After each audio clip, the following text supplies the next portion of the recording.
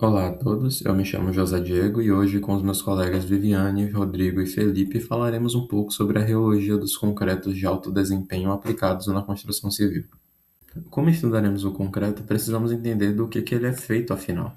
O concreto é uma mistura de cimento, agregados graúdos e miúdos, que são britas e areia, mais água, que gera o concreto. O cimento reage junto com a água em uma reação exotérmica que gerará uma cristalização que aumentará drasticamente a resistência desse sistema que a gente chama de concreto. O concreto de alto desempenho ele tem propriedades melhores do que o concreto comum, como por exemplo uma maior resistência à tensão, à compressão. O concreto também é a pedra angular do mundo moderno, como a gente pode ver o Congresso Nacional e outras grandes edificações que nós conhecemos são feitas de concreto utilizado em grande quantidade.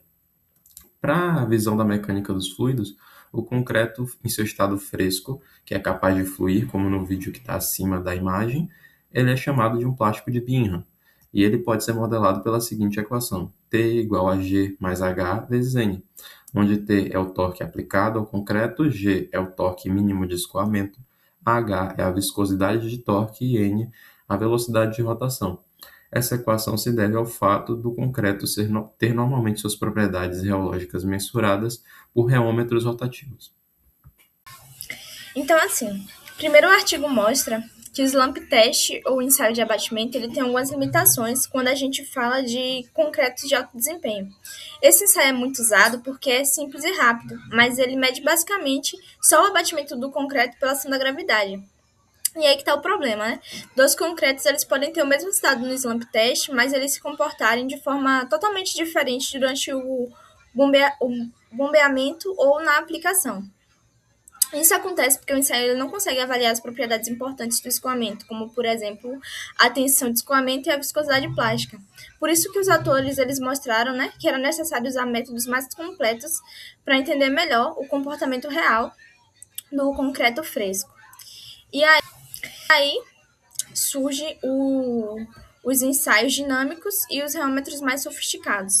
Para resolver essa limitação, né, do slump test, os pesquisadores passaram a utilizar esses ensaios dinâmicos e o artigo ele cita os equipamentos como os reômetros de cilindros coaxiais, placa a placa e planetários, que foram desenvolvidos justamente para analisar materiais heterogêneos como o concreto.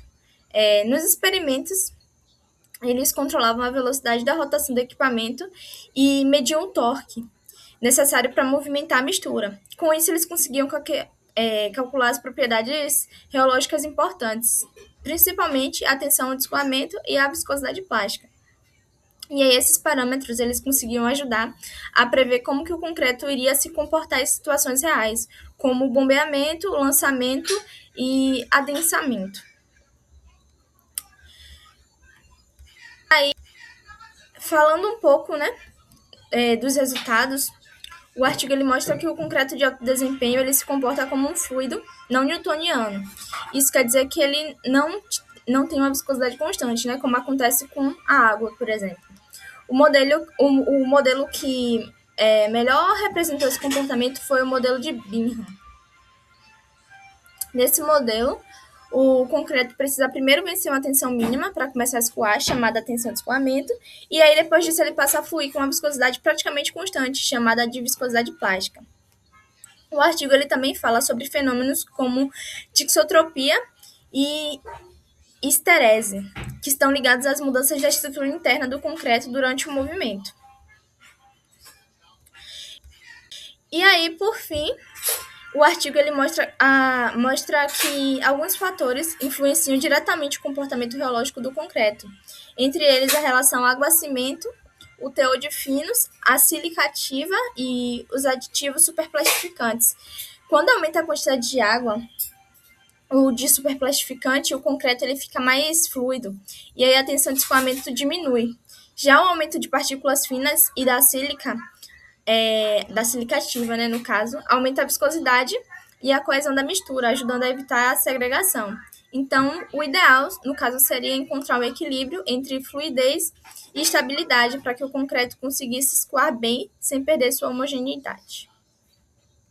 Para entendermos a reologia do concreto de alto desempenho, usamos os conceitos de mecânica dos fluidos relacionados a viscosidade newtoniana e tensão de cisalhamento, que nos ajuda a compreender a resistência interna do concreto, a reologia, que é a nossa base fundamental para prever se a mistura será trabalhável ou bombeável e se conseguirá preencher formas complexas sem haver segregação, teorema de transporte de Reynolds quanto à conservação de massa, que nos ajuda a prever, quantificar e controlar rigorosamente a trabalhabilidade e microestrutura do material, e quanto à conservação do momento, que nos ajuda com a previsão de escoamento e bombeamento, evitar a segregação, controle de deformações estruturais, e utiliza esses princípios para garantir que a mistura seja autodensável ou altamente fluida na aplicação, mas rígida e resistente após o seu endurecimento.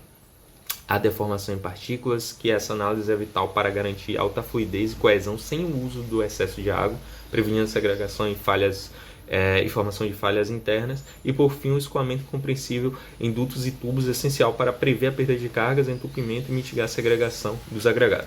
Bem, o que precisamos ir além da sala de aula para entendimento foi o essencial para entendermos a tixotropia do concreto, que nos permitiu entender que ele liquefaz sob vibração e recupera a rigidez quando em repouso, algo que é medido pelo ciclo de esterese.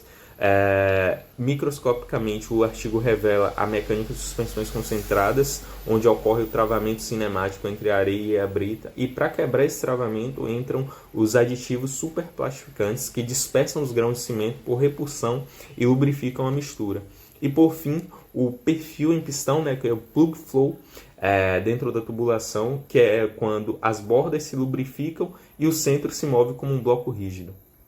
Para concluir, percebemos que a reologia é uma ferramenta fundamental para compreender o comportamento do concreto fresco a partir dos princípios da mecânica dos fluidos, permitindo analisar como o material responde às tensões e aos esforços de cisalhamento durante o escoamento.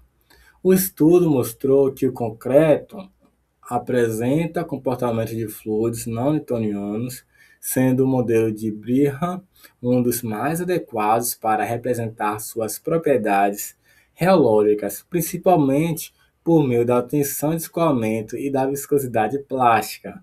Também observamos que fatores como temperatura, granulometria, teor de água, aditivos e intensidade de mistura influenciam diretamente o comportamento do concreto durante mistura, transporte, bombeamento e utilização. Além disso, essa atividade foi muito importante para conectar os conceitos estudados em mecânica dos fluidos, como viscosidade, escoamento, tensionamento e geometria, com aplicação prática tecnológica presente atualmente. Por fim, percebemos que a mecânica do fluido possui um papel essencial no desenvolvimento de misturas modernas e na melhoria dos processos tecnológicos, contribuindo para maior eficiência, qualidade e controle no uso de concreto de alto desempenho.